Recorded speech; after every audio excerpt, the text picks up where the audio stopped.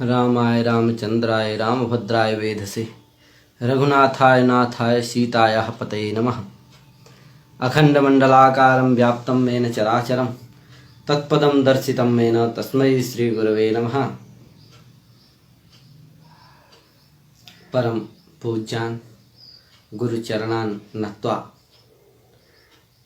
एवं चास्य समूहस्य संस्थापकाः परम पूज्याः विद्वांसः संस्कृतेः संस्कृतस्य संस्कृतभाषायाश्च एवं च संस्कृतशास्त्राणां समेषां वर्धनाय प्रचाराय प्रसाराय ये संलग्नाः सन्ति तादृशाः परम पूज्याः गुरुकल्पाः ये सन्ति तान् अपि प्रणामाञ्जलिं विनिवेद्य अद्य पुनः भवताम् एवं चात्र ये संयुक्ताः सन्ति विद्वांसः सरस्वती समुपासकाः जिज्ञासवः छात्राः तेषां समेषाम् अपि मित्राणि एवं च समेषां स्वागतं व्याहरामि स्वागतं करोमि। अद्य पुनः पूर्ववत् वैयाकरण सिद्धांत कौमुद्याः अध्यापनार्थमत्र समुपस्थितोऽस्मि। भवन्तः जानन्त्येव वैयाकरण सिद्धांत कौमुद्याः मंगलाचरणम् अधुना प्रचलति। मुनित्रयं नमस्कृत्य तदुक्तिः परिभाव्य च वैयाकरण सिद्धांत कौमुदीयं विरच्यते इति। तत्रापि मंगलाचरणे मुनित्रयम् इति शब्दम् अधिकृत्य विचारः प्रचलति। तत्रैव चतुर्थपाठरूपेण अत्र समुपस्थितोऽस्मि। त्रयः पाठाः सञ्जाताः। अद्य मुनित्रयमित्युपरि विचारः प्रचलति। अस्तु, विषयं प्रति गच्छामः। किञ्चित् विचारः स्यात् इति धिया तत्र मुनित्रयमित्यत्र मया उक्ता किमस्ति मुनिपदार्थस्य कुत्रान्वयः। तत्र मया उक्तं मुनिपदार्थस्य त्रित्वे अन्वयः भवितुमर्हति स्वनिष्ठत्वसम्बन्धेन, अपि च समुदायेपि अन्वयः कर्तुं शक्यते, त्रित्वेपि च अन्वयः कर्तुं शक्यते। केन सम्बन्धेन? तर्हि समुदाय स्वघटितत्वसम्बन्धेन, अपि च यदि तृतीय अन्वयः क्रियते तर्हि स्वनिष्ठत्वसम्बन्धेन अन्वयः कर्तुं शक्यते। तर्हि बोधः कः भवति इत्यपि मया उक्तं, पूर्वं बोधितमेव। यदि तृतीय अन्वयः क्रियते चेत् मुनित्रयमित्यस्य बोधः भवति। मुनिनिष्ठं यत्त्रित्वं तादृशत्रित्वसंख्या विशिष्टवयवघटितः समुदायः इति मुनित्रयमित्यस्मात् बोधः जायते। यदि मुनिपदार्थस्य स्वघटितत्वसम्बन्धेन समुदाये अन्वयः स्वीक्रियते तर्हि मुनित्रयमित्यस्मात् बोधः भवति। मुनिघटितः त्रित्वसंख्या विशिष्टवयवघटितश्च यः समुदायः इति एवं रूपः बोधः भवति मुनित्रय इत्यस्मात्। पुनः तत्र भवति भो त्रित्वे अन्वयः क्रियते। किमर्थं? त्रित्वं किमस्ति? पदार्थैकदेशत्वमस्ति। कथम् अन्वयः क्रियते? तर्हि मया पूर्वमेव उक्तं। तत्र त्रित्वस्य किमस्ति? नित्यसाकाङ्क्षं वर्तते। अतः नित्यसाकाङ्क्षले पदार्थः पदार्थेनान्वयते न तु पदार्थैकदेशेन इति न्यायः न प्रवर्तते। तस्मात् मुनिपदार्थस्य त्रित्वेपि अन्वयः कर्तुं शक्यते। अस्य उदाहरणं किमिति जिज्ञासायाम् उच्यते। यथा पश्यन्तु, भगवता भाष्यकारेण देवदत्तस्य गुरुकुलम् इत्यत्र अन्वयप्रसङ्गे बहुधा विचारः प्रदर्शितः। कथमिति चेत् तत्र मुनित्रयमित्यस्य देवदत्तस्य गुरुकुलम् इत्यत्र किं भवति? देवदत्तस्य गुरुत्वे अन्वयः भवति। तर्हि तत्र किमस्ति? गुरुपदार्थः यः गुरुत्वं वर्तते तत्तु गुरुकुलम् इति पदार्थैकदेशः वर्तते, न तु पदार्थः वर्तते। तर्हि कथं तत्र पदार्थैकदेशे अन्वयः भवति इत्याशङ्कायां भगवता भाष्यकारेण उक्तं नास्ति भो, अत्र समुदायापेक्षा षष्ठी। देवदत्तस्य गुरुकुलम् इत्यत्र देवदत्तस्य इत्यत्र या षष्ठी वर्तते सा षष्ठी समुदायापेक्षा षष्ठी वर्तते। सर्वं गुरुकुलम अपेक्षते, न तो केवलं गुरुमेव अपेक्षते, अपि तु किम् अपेक्षते, सर्वं गुरुकुलम अपेक्षते। तस्मात् देवदत्तस्य इत्यत्र या षष्ठी सा देवदत्त गुरुकुल अपेक्षया अत्र षष्ठी वर्तते इति धिया किं भवति, देवदत्त निरूपितं किं, अतः तत्र समस्या नास्ति। तर्हि पुनः कश्चित् वदति भो देवदत्तस्य गुरुकुलम् इत्यत्र देवदत्त पदार्थस्य कुत्र अन्वयः क्रियते, गुरुकुलम् इत्यत्र अन्वयः क्रियते, कुलम् इत्यत्र अन्वयः क्रियते। कथं क्रियते, केन सम्बन्धेन अन्वयः क्रियते इति जिज्ञासायां सनिरूपित गुरुत्ववद उत्पाद्यत्व संबंधेन, सनिरूपित गुरुत्ववद उत्पाद्यत्व संबंधेन गुरु देवदत्त पदार्थस्य साक्षादेव कुत्र अन्वयः क्रियते, साक्षादेव गुरुकुल पदार्थे अन्वयः क्रियते, न तु तदैकदेशे गुरुत्वे अन्वयः क्रियते।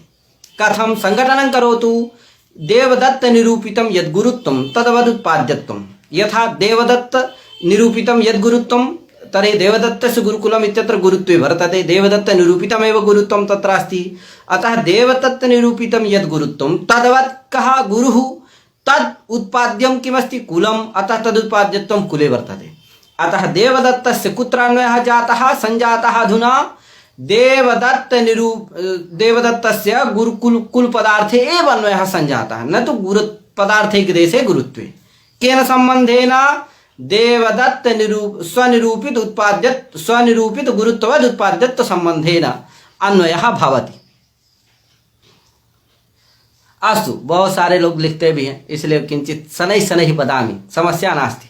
शृण्वन्तु, लिखन्तु, पठन्तु, एतद् उद्देश्य इति सर्वम् उद्दिश्यैव अयं पाठः प्रचलति, अत्र समस्या नास्ति।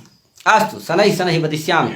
तत्र किं जातमस्ति, देवदत्त निरूपितं यद्गुरुत्वं तदवद् उत्पाद्यं कुलम् इति रीत्या देवदत्तस्य स्वनिरूपित गुरुत्ववद् उत्पाद्यत्व संबंधेन कुत्र अन्वयः भवति, पदार्थे एव, कुल पदार्थे एव अन्वयः भवति, न तु पदार्थैकदेशे गुरुत्वे। अतएव भाष्यकारेण उक्तं समुदायापेक्षा अत्र षष्ठी, समुदायापेक्षा सर्वं गुरुकुलम् अपेक्षते, अर्थात गुरुकुल पदार्थे एव अन्वयः भवति, न तु पदार्थैकदेशे। अत्र च एकः श्लोकः अपि तत्रैव दत्तं वर्तते, भर्तृहरेः श्लोकः इति मन्ये। तत्र केन उक्तं, तेन किम् उक्तम् इति चेत् वदामि। तेन उक्तं यत्, उन्होंने क्या कहा है वो बोल रहा हूँ। उन्होंने कहा समुदायेन संबंधो येषां गुरुकुलादिना संस्पृश्यावयवास्तेन युज्यन्ते तदवतासः इति उक्तं तैः। तर्हि कथं समुदायेन संबंधो येषां गुरुकुलादिना संस्पृश्यावयवास्तेन युज्यन्ते तदवतासः इति तत्र उक्तम्। अस्य किं तात्पर्यम् इति ज्ञातव्यः। तत्र मुनिपदार्थस्य, तत्र देवदत्तस्य गुरुकुलम् इत्यत्र देवदत्तस्य कुत्र अन्वयः क्रियते, समुदाये कुलपदार्थे एव अन्वयः क्रियते। कुत्र अन्वयः क्रियते, कुलपदार्थे। देवदत्त गुरुकुलम् इत्यत्र कुलपदार्थे एव यः पदार्थभूतः यः वर्तते तत्रैव अन्वयः क्रियते। केन सम्बन्धेन, स्वनिरूपित गुरुत्ववद् उत्पाद्यत्व सम्बन्धेन। तर्हि किं भवति, ये समुदायेन संबंधो येषां गुरुकुलादिना, येषाम् अर्थानां, देवदत्तादिरूपाणाम् अर्थानां समुदायेन सम्बन्धः, समुदायेन गुरुकुलादिना सह सम्बन्धः, तेपि किं भवति, तेषामपि किं भवति, अवयवान् संस्पृश्य किं भवति, अवयवद्वारा समुदायः भवति इति तात्पर्यम्। अर्थात् अवयवान् संस्पृश्य किं भवति, समुदायेन सह, तद्वता इत्युक्ते समुदायेन सह सम्बन्धः भवति इति एतस्य अर्थः। अर्थात् देवदत्त पदार्थस्य गुरुकुलम् इत्यत्र कुलपदार्थे अन्वयः भवति, किन्तु किं भवति, गुरुद्वारा भवति, गुरुत्वे अन्वयः भवति, तत् अनन्तरं कुलपदार्थे अन्वयः भवति। अतः स्वनिरूपित गुरुत्ववद् उत्पाद्यत्व संबंधेन देवदत्तस्य कुत्र अन्वयः भवति? समुदाये अन्वयः भवति इति तु एकः पक्षः वर्तते। एतादृश अन्वय स्वीकारेपि किं भवति? अवयवेपि अन्वयः भवत्येव, यतोहि अवयवं द्वारीकृत्यैव समुदाये अन्वयः भवति। अतः अवयवेपि अन्वयः भवति। येषां समस्या भवति, अवगमनं न भवति ते चेत् वदन्तु, अहं पुनः वदामि, आभिक्षणेन वदामि, तत्र समस्या न स्यात्, सर्वेषामपि अवगमनं स्यात्, सर्वेषामपि बोधः स्यात् इति सर्वम् उद्देश्यं वर्तते। अतः अत्र किमस्ति? मुनिपदार्थ देवदत्तस्य गुरुकुलम् इत्यत्र देवदत्तस्य गुरुकुलम् इत्यत्र कुलपदार्थे अन्वये कृतेपि किं भवति? अवयवे गुरुत्वे अन्वयः भवत्येव, यतोहि अवयवान् संस्पृश्य तदवता इत्युक्ते समुदायेन सह सम्बन्धः भवति। अतः देवदत्तस्य गुरुकुलम् इत्यत्र समुदाये केन सम्बन्धेन अन्वयः भवति? स्वनिरूपित गुरुत्ववद् उत्पाद्यत्व सम्बन्धेन अन्वयः भवति इति तु एकः पक्षः। अग्रे च भाष्यकारेण स्वयमेव उक्तं, तत्रैव समर्थः पदविधि इति सूत्रस्थभाष्ये किं यद् नास्ति समुदायापेक्षा षष्ठी, समुदायापेक्षा षष्ठी नास्ति भो। अत्र किमस्ति? देवदत्त अर्थात देवदत्त का कहाँ अन्वय होता है? गुरुत्व में ही अन्वय होता है। कहाँ नहीं होता? गुरुकुलम इत्यत्र पदार्थे अन्वय न भवति इति, ऐसा उन्होंने भाष्यकार ने कहा। आगे कैसे? तो कहा समुदायापेक्षा षष्ठी नहीं। किमर्थम? अग्रे च उक्तम यदि समुदायापेक्षा षष्ठी स्यात् तर्हि नैतद् गम्येत्, तर्हि नैतद् नियोगतो गम्येत् यत् किं भवति? देवदत्तस्य यो गुरु तस्य पुत्रः इति। किन्तरहि देवदत्त अन्यस्यापि गुरुपुत्रः देवदत्तस्यापि किञ्चिदिति, किन्तु एतत् न गम्यते, अतो मन्यामहे नास्ति समुदायापेक्षा षष्ठी इति भाष्यकारेण उक्तम्। अस्य किं तात्पर्यम्? इसका क्या मतलब है? तो मतलब है, समझिए इतना केवलम कि मुनिपदार्थ का देवदत्त का समुदायापेक्षा अर्थात समुदाय में अन्वय नहीं होता। कहाँ अन्वय होता है? तद एक देश गुरुत्व में ही अन्वय होता है। कैसे? तो कहा देवदत्त का गुरुत्व में अन्वय होगा। देव गुरुत्व क्या हो जाएगा? साकांक्ष हो जाएगा। साकांक्ष होगा तो क्या नहीं हो? पहली बात तो पदार्थिक देश है, इसलिए अन्वय नहीं हो सकता। दूसरी बात, यदि पदार्थिक देश ठीक है, पदार्थिक देश इसलिए भी अन्वय नहीं होगा। दूसरी बात, यदि किसी तरह से तुष्य दुर्जन न्याय है ना, तुम क्या करते हो? गुरुत्व में अन्वय करते भी हो तो क्या हो जाएगा? वहां सापेक्ष हो जाएगा। वो असापेक्षम असमर्थवत, असामर्थ्य हो जाएगा वहां, जिससे सामर्थ्य अभाव किन भविष्यति? समासा एव न भविष्यति, समास ही नहीं हो पाएगा। तो कहा कि नहीं भैया, ये आपत्ति आएगी। अतः कैसे मुनि पदार्थ का गुरुत्व में आप अन्वय कर दे रहे हो? अवयवीभूत जो गुरु पदार्थ है तद गुरुत्व किम कथम अन्वय क्रियते? तरहि वक्तव्यम नास्ति भो। मुनि पदार्थस्य गुरुत्वे अन्वय क्रियते, तत्र पदार्थिक देश इति न्यायोपि न प्रवर्तते, अपि च सापेक्षम असमर्थवत् इत्यपि न प्रवर्तते। कथम इति चेदुच्यते, तत्र किं भवति? नित्यसाकांक्ष स्थले किं न प्रवर्तते? पदार्थः पदार्थेन अन्वयति पदार्थिक देशेन इति न्यायः न प्रवर्तते। गुरुत्वं किमस्ति? नित्यसाकांक्षं वर्तते। नित्यसाकांक्षस्य लक्षणं मया पूर्वमेव गतपाठे एव उक्तं वर्तते। निरूपकाकांक्षा व्याप्यज्ञान विषयत्वं नित्यसाकांक्षत्वं। तर्हि एतस्य संघटनं करोमि। यथा यत्र यत्र गुरुत्वं तत्र तत्र आकांक्षा भवति गुरुत्व निरूपकं किम्? अतः निरूपकाकांक्षा व्यापिका वर्तते। निरूपकाकांक्षानिष्ठ व्यापकता निरूपित व्याप्यता कुत्र वर्तते? गुरुत्वज्ञाने वर्तते। तादृश ज्ञान विषयत्वं गुरुत्वे वर्तते। अतः गुरुत्वं किमस्ति? नित्यसाकांक्षं वर्तते। अतः अत्र किं न प्रवर्तते? पदार्थः पदार्थेनान्वयते निरुपदार्थिकदेशेन इति न्यायः न प्रवर्तते। तेन किं भवति? गुरुत्वेपि अन्वयः कर्तुं शक्यते। कस्य? देवदत्त पदार्थस्य। केन सम्बन्धेन? स्वनिरूपितत्व सम्बन्धेन।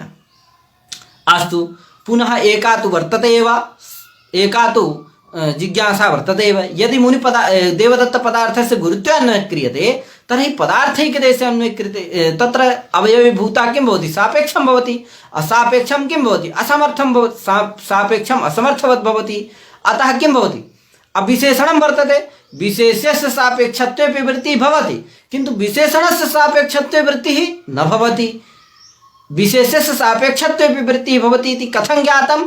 सामान्य उपमितं व्याघ्रादिभिः सामान्य प्रयोगे इत्यत्र सामान्य प्रयोग प्रयोगात् ग्रहण सामर्थ्यात् ज्ञातं यत् किमस्ति विशेषस्य सापेक्षत्वे वृत्तिर्भवत्येव इति। किन्तु विशेषणस्य सापेक्षत्वे वृत्तिः कथं भवति भो? न भविष्यति। अतः अत्र तु किमस्ति? गुरुपदार्थ विशेषणीभूता वर्तते, विशेष्या तु कुलपदार्थः वर्तते। तस्मात् कथमत्र यदि देवदत्तस्य गुरुत्वे अन्वयः क्रियते तर्हि कथं तत्र सामर्थ्यं भविष्यति, कथं च समासः भविष्यति इति जिज्ञासायाम् उच्यते।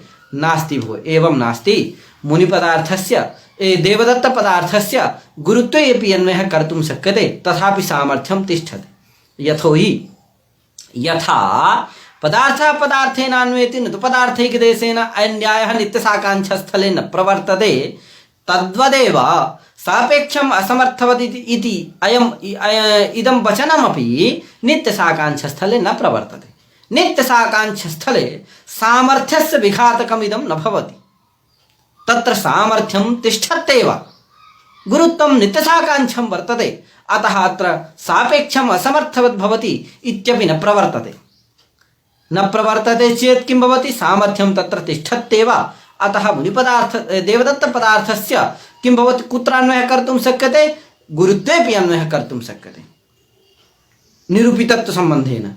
तथा च बोधः भवति देवदत्तनिरूपितं यद् गुरुत्वं तदवत् उत्पाद्यं कुलं, तदवतः सोत्पाद्यत्वसम्बन्धेन कुलपदार्थे अन्वयः क्रियते। तर्हि देवदत्तस्य गुरुकुलम् इत्यत्र देवदत्तपदार्थस्य गुरुत्वे पदार्थैकदेशे अन्वयः क्रियतेपि किं भवति? समासोऽपि भविष्यति, तत्र अन्वयः अपि कर्तुं शक्यते पदार्थैकदेशत्वेपि नित्यसाकाङ्क्षस्य सत्वात्, क्योंकि वो क्या है? नित्यसाकाङ्क्ष। अतः मुनिपदार्थस्य देवदत्तपदार्थस्य तत्र उभयत्रापि अन्वयः कर्तुं शक्यते। अतएव तत्र उक्तं सम्बन्धि शब्दः सापेक्षो नित्यं सर्वः समस्यते, वाक्यवत्सा विपेक्षा वृत्तोऽपि न हीयते। अर्थात् स्वार्थवद विधान रूपायाः विपेक्षायाः किं भवति? वृत्तौ अपि हानिः न भवति। वृत्तौ अपि अहानात् किं भवति? पदार्थैकदेशेऽपि अन्वयः कर्तुं शक्यते। तस्मात् यथा अलौकिक विग्रह वाक्ये विपेक्षायाः त्यागः न भवति, तद्वदेव वृत्तौ अपि नित्यसाकाङ्क्षस्थले किं न भवति? विपेक्षायाः त्यागः न भवति, आकाङ्क्षायाः निवृत्तिः न भवति। तावत् किं भवति? पदार्थान्तरस्य तत्र अन्वयः पदार्थैकदेशेऽपि अन्वयः कर्तुं शक्यते एव। यदि आकाङ्क्षायाः निवृत्तिः स्यात् तदैव किं कर्तुं शक्यते? पदार्थैकदेशे अन्वयः न कर्तुं शक्यते। किन्तु किं भवति? वृत्तौ अपि नित्यसाकाङ्क्षस्थले आकाङ्क्षायाः स्थान्तर् न भवति, अतः पदार्थान्तरस्य अन्वयः कर्तुं शक्यते विशेषणपदार्थेऽपि। तस्मात् गुरुत्वेऽपि अन्वयः कर्तुं शक्यते, नास्ति कश्चित् दोषः। तद्वत् प्रकृतस्थले पश्यन्तु मुनित्रयमित्यत्र किमस्ति? मुनिपदार्थस्य त्रित्वमपि नित्यसाकाङ्क्षं वर्तते, अतः त्रित्वेऽपि अन्वयः कर्तुं शक्यते। तत्र पदार्थः पदार्थेन अन्वयति न तु पदार्थैकदेशेन इति न्यायोऽपि न प्रवर्तते, अपि च सापेक्षम् असमर्थवत् भवति इत्यपि न प्रवर्तते। यतोहि इति उभयमपि कुत्र प्रवर्तते? नित्यसाकाङ्क्षस्थलातिरिक्तस्थले एव प्रवर्तते। पदार्थः पदार्थेन अन्वयति न तु पदार्थैकदेशे न्यायः सापेक्षम् असमर्थवत् भवति इत्यपि उभयमपि नित्यसाकाङ्क्षस्थले न प्रवर्तते। तस्मात् अत्र त्रित्वेऽपि अन्वयः कर्तुं शक्यते, समुदायेऽपि। तत्र उभयत्र अन्वयः केन सम्बन्धेन क्रियते, कः बोधः भवति इति सर्वं मया प्रतिपादितं वर्तते। पुनः इति तु सिद्धं वर्तते यत् सिद्धः जातः मुनिपदार्थस्य उभयत्र अन्वयः कर्तुं शक्यते, केन सम्बन्धेन कः बोधः भवति इति सर्वं प्रतिपादितं। केवलं मुनिपदार्थस्य त्रित्वसङ्ख्याविशिष्ट अवयवेन कर्तुं शक्यते, यतोहि त्रित्वसङ्ख्याविशिष्ट अवयवः पदार्थैकदेशः वर्तते, नित्यसाकाङ्क्षो नास्ति, अतः तत्र पदार्थ इति न्यायः प्रवर्तते, सापेक्षम् असमर्थवत् इत्यपि प्रवर्तते। तस्मात् तत्र समासोऽपि न भविष्यति, अन्वयः अपि न कर्तुं शक्यते, अपि च यदि क्रियते चेत् षष्ठ्यनापत्तिः इति तत्र बहुदोषाः सन्ति। तस्मात् मुनिपदार्थस्य त्रित्वसङ्ख्याविशिष्ट अवयवेन कर्तुं शक्यते, अपि च मुनिपदार्थस्य त्रित्वेऽपि कर्तुं शक्यते अपि च समुदायेऽपि कर्तुं शक्यते इति सिद्धं जातमधुना। तद्वत् प्रकृतस्तु अत्र पश्यामः मुनित्रयम् इत्यत्र किं वर्तते? समासः वर्तते। मुनीनां त्रयं मुनित्रयं। मुनित्रयम् इत्यत्र जयतु जयतु श्याम दीक्षितः जयतु। तर्हि किमस्ति? मुनित्रयम् इत्यत्र किं वर्तते? समासः वर्तते। मुनीनां त्रयं मुनित्रयम् इत्यत्र समासः कुत्र प्रवर्तते इति चेत् सर्वे तत्र पश्यन्तु, अलौकिकविग्रहवाक्ये एव समासशास्त्रस्य प्रवृत्तिः भवति, न तु लौकिकवाक्ये। अत एव अलौकिकवाक्यं कल्प्यते किमर्थं? समासशास्त्रस्य प्रवृत्त्यर्थं। तस्मात् समासशास्त्रस्य अलौकिकवाक्ये एव प्रवृत्तिः भवति। अतः मुनि आम् त्रयं त्रयसु इति अवस्थायां समासः प्रवर्तते। केन सूत्रेण? तर्हि षष्ठी इति सूत्रेण तत्पुरुष समासः भवति। तर्हि ज्ञातव्यः भो षष्ठी इति सूत्रस्य को अर्थः? षष्ठी इति समासविधायकस्य शास्त्रस्य को अर्थः? तर्हि उच्यते षष्ठ्यन्ताभिन्नं सुबन्तं षष्ठ्यन्ताभिन्नं सुबन्तं समर्थ सुबन्तेन सह वा समस्यते स च तत्पुरुषः इति सामान्यो अर्थः तस्य भवति। षष्ठ्यन्ताभिन्नं सुबन्तं समर्थेन सुबन्तेन सह वा समस्यते स च तत्पुरुषः इति तस्य सूत्रस्य सामान्यो अर्थः सञ्जातः।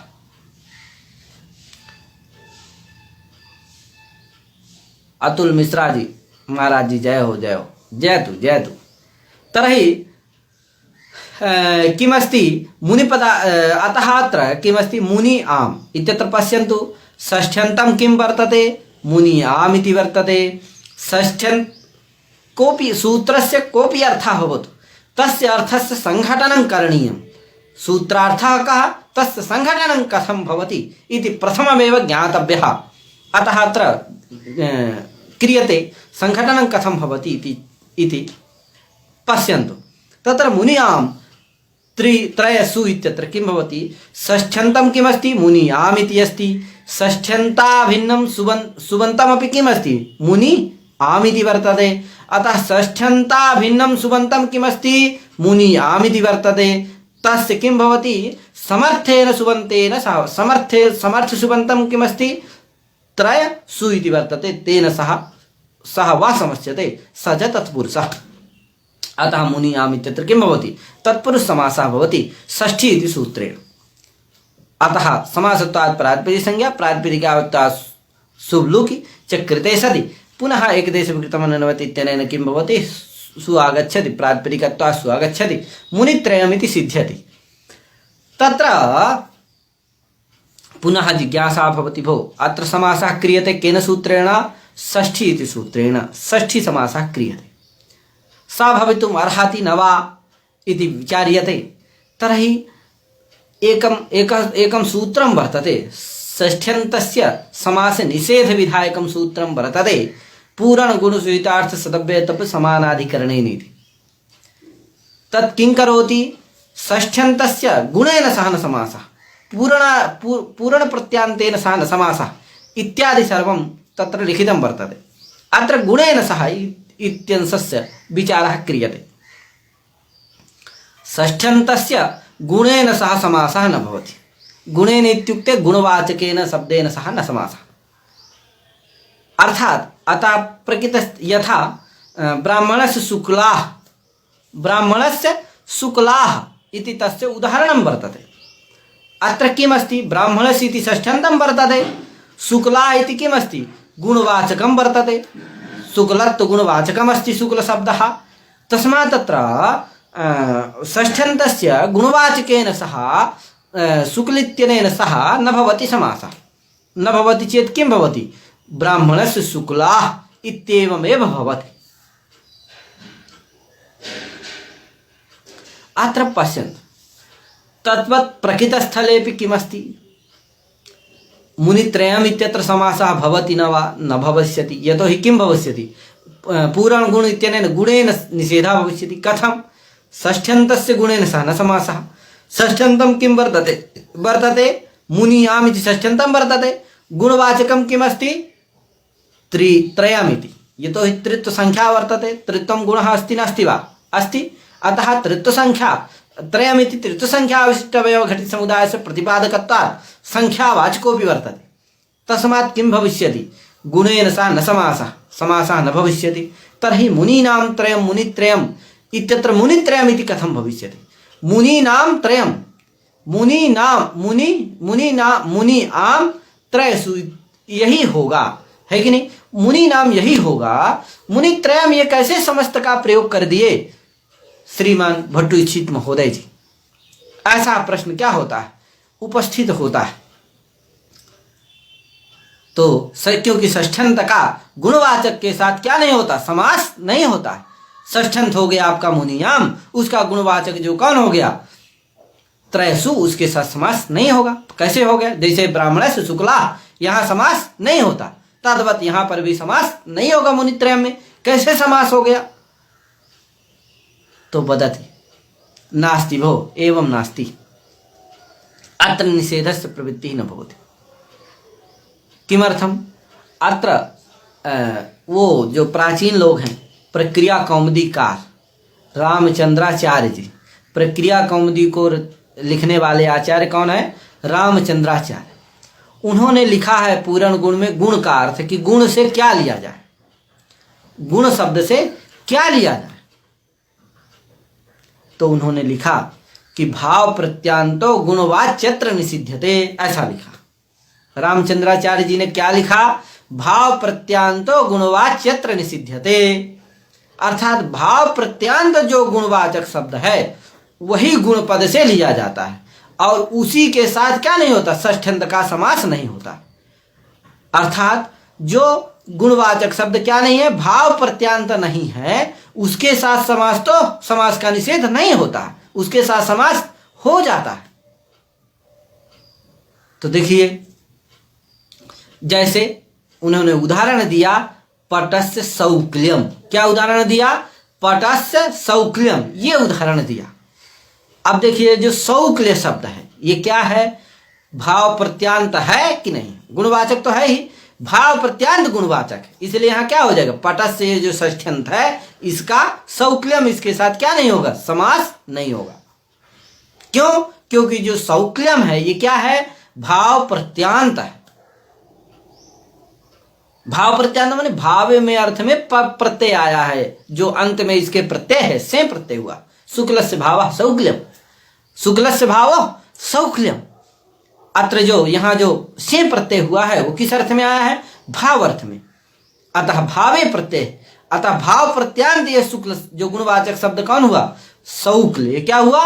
भाव प्रत्यांत गुणवाचक शब्द है, इसीलिए क्या होगा? इसके साथ समास नहीं होता, जिससे क्या बन गया? पटस्य सौक्ल्यम, ये असमस्त प्रयोग बन गया, समास नहीं हुआ।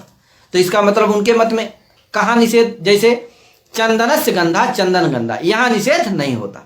क्यों? क्योंकि ये भाव प्रत्यांत है नहीं है, फिर भी क्या है? गुणवाचक है कि नहीं? उन्होंने लिखा है सदा गुणवाचिनो न निषेधा, सदा गुणवाचिनो न निषेधा। इसका मतलब है कि जो भाव प्रत्यय हो चाहे ना हो, वो क्या हो? भाव प्रत्ययम अंतरेण भाव प्रत्यय से सत्वे उभयत्र किम भवति? केवलम गुणमेव वक्ति न कदाचित गुणी वक्ति, तेन सह निषेधा समासस्य निषेधा न भवति इति तेषाम आशय, ये उनका आशय है। तो जो गंध शब्द है वो क्या होता है? कभी भी भाव प्रत्यय हो चाहे ना हो, वो क्या बोलता है? वो गुण को, केवल गुण को ही कहता है, गुणी को कदापि नहीं कहता, कदापि वो गुण को नहीं कहता। अभी केवल किसको कहता है? गुण विशिष्ट जो द्रव्य है उसको नहीं कहता, केवल किसको कहता है? केवल गुण को कहता है। चंदन गंधा में जो गंध शब्द है वो हमेशा क्या कहता है? केवल गुण को कहता है, गुण विशिष्ट द्रव्य को नहीं कहता। अतः सदा गुणवाचक हो गया कि नहीं हो गया? गंध शब्द सदा गुणवाचक हो गया, क्योंकि कभी भी वो किसको नहीं कहता? गुण विशिष्ट द्रव्य को नहीं कहता, इसलिए सदा गुणवाचक हो गया कौन? गंध शब्द, इसलिए उसके साथ निषेध नहीं होगा। नहीं होगा तो समास हो जाता है चंदनस्य गंधा चंदन गंधा, यहाँ निषेध नहीं हुआ समास का। तो इसका मतलब प्राचीन के मत में क्या है अर्थ? प्रक्रिया कौमुदीकार के रचना रामचंद्राचार्य जी के मत में कि भाव प्रत्यांत जो गुणवाचक शब्द है उसी के साथ क्या होगा? समास का निषेध होगा। तो देखिए यहाँ मुनित्रयम में क्या है? भाव प्रत्यांत है। ये त्रयम ये क्या है? भाव प्रत्यांत है? नहीं है। समुदाय अर्थ में तय प्रत्यय हुआ है, समुदायार्थक तय प्रत्यांत है कि नहीं? न कि भावार्थक प्रत्यांत है। अतः यहाँ क्या नहीं होगा? निषेध नहीं होगा। ब्राह्मण से शुक्ला पट से शौक्लम यहाँ निषेध हो जाएगा। अब यहाँ नहीं होगा। कहाँ पर? मुनि नाम त्रय मुनित्रय। ये तो किसका मत है? रामचंद्राचार्य जी का मत है। लेकिन इनके मत में समस्या बहुत है। भाष्यकार ने दो प्रयोग दिया है। क्या दिया है? एक तो काकस्य कार्ष्ण्यम ये प्रयोग दिया है, और एक दिया ब्राह्मणस्य शुक्ला। दो प्रयोग दिया इसका उदाहरण के रूप में, गुण के उदाहरण के रूप में दो प्रयोग दिया। क्या दिया? एक तो काकस्य कार्ष्ण्यम,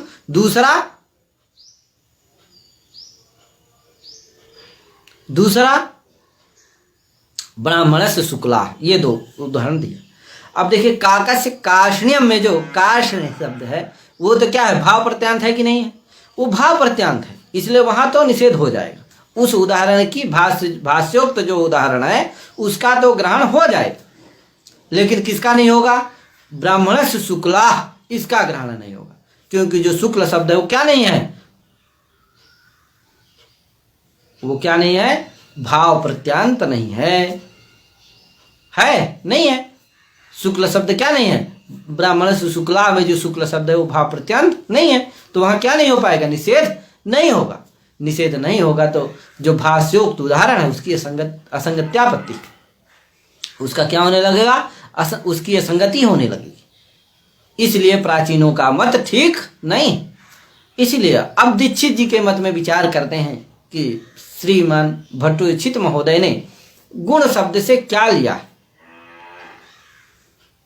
तो द्विविध उदाहरण दर्शनात्, क्या द्विविध? ब्राह्मणस्य शुक्लाः और काकस्य कार्ष्ण्यम इति द्विविध उदाहरण दर्शनात् तेन श्रीमता दीक्षित महोदयेन गुण शब्देन गुणम केवल गुणवाचकः शब्दः अगुणोपसर्जन द्रव्यवाचकस्य शब्दः गृहीतः। अर्थात गुणपद से गुणोपसर्जन द्रव्यवाचक और केवल गुणवाचक उभय का ग्रहण किया है। तो काकस्य कार्ष्ण्य में जो कार्ष्ण्य शब्द है वो किसका वाचक है? केवल गुणवाचक, इसलिए वहां भी निषेध हो जाएगा। और ब्राह्मणस्य शुक्लाः में जो यद्यपि तत्र वदन्ति नास्ति वो तत्र शुक्ल शब्दोपि